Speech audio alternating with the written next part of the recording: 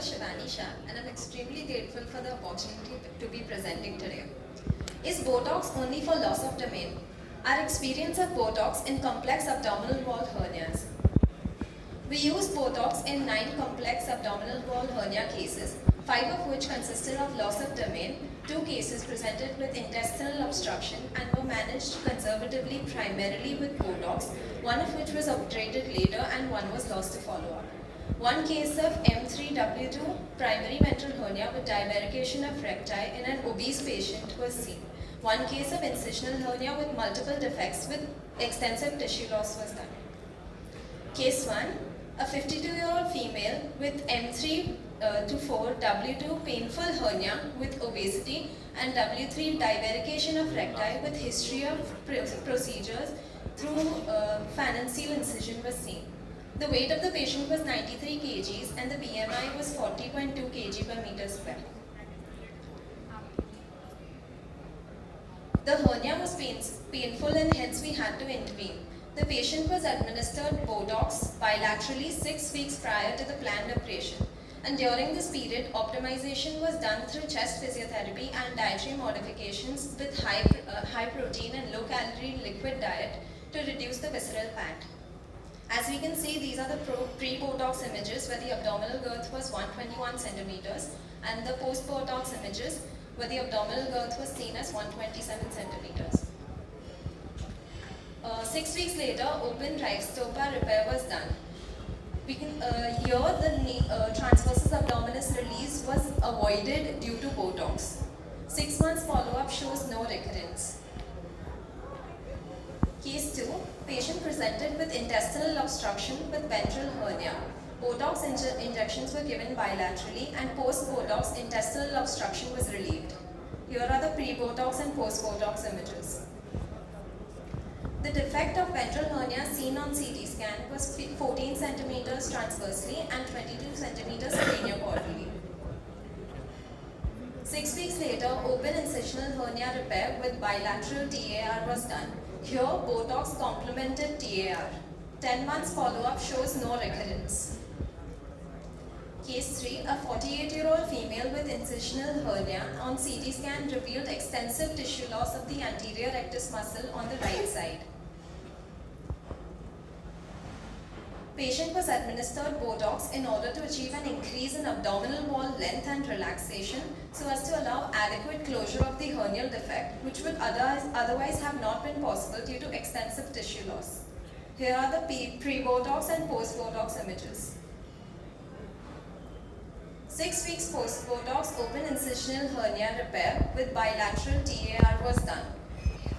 Here we can see the wound healing after 2 months of follow-up.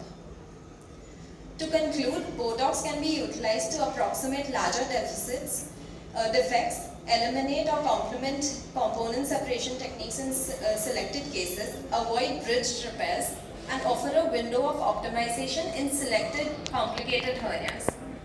Hence, early identification and thoughtful planning is the key to best outcomes. Thank you. The chairpersons.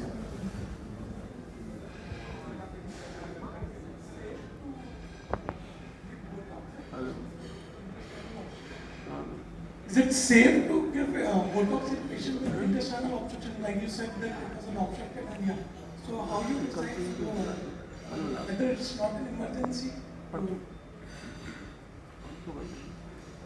So this patient had presented with subacute intestinal obstruction, and since he had a complex abdominal wall hernia as well, and he was also not optimized for surgery. So we chose to give Botox, which did give immediate it gave immediate relief of pain and intestinal obstruction. And this helped us to optimize the patient for further surgery, which helped us for adequate abdominal wall relief.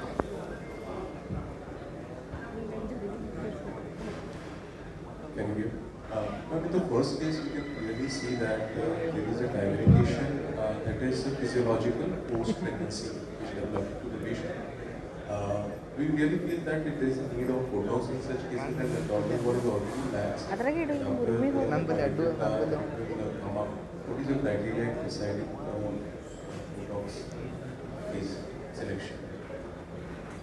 So in the first case, the patient had a history of 4 phalangeal incisions, and in her case she had a W3 divarication of recti, and she had a lot of back pain and abdominal pain as well. And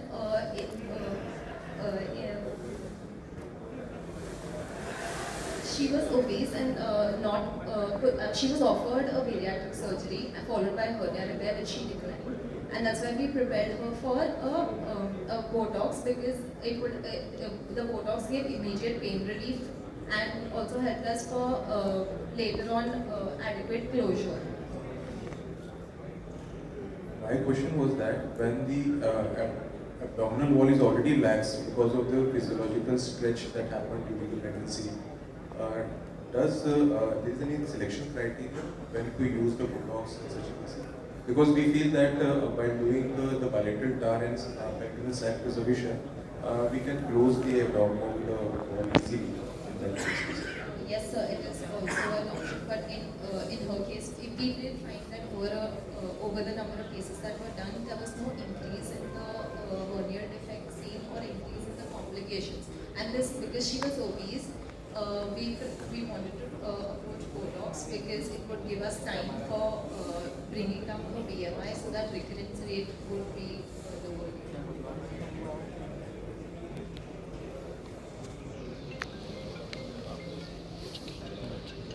Any other questions from the audience? Okay, great. So then I guess I'll declare this session to a close. Thank you, chairpersons. Thank you, speakers. Yes, Dr. Gaurav. Please. Can I add one point? Yes, please. Yes, please.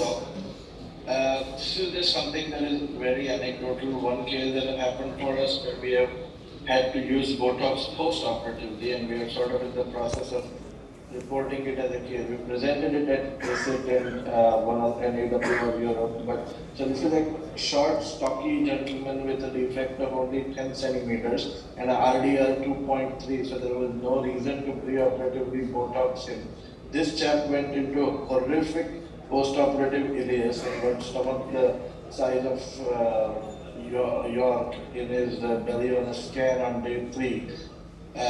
Went into post-operative nearly respiratory depression requiring 8 liters of oxygen, and this couldn't basically breathe or do anything with his belly despite NG tube decompression and whatever.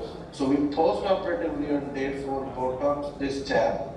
By the evening, as we finished our operative list, his oxygen requirement was down to 2 and his urine output had also picked up. So it seemed like we nearly managed to avoid a case of something similar to compartment syndrome by post-operatively using Botox in a patient of abdominal wall reconstruction where we did not pre-operatively feel the need to do it. So another indication for Botox in abdominal wall, though I only have 1 kid to talk about.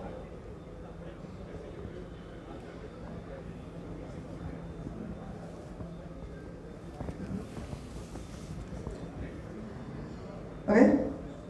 Thank you, everybody. So, thank you, chairpersons. Thank you, all speakers. We'll move on to the next session, which is our metro.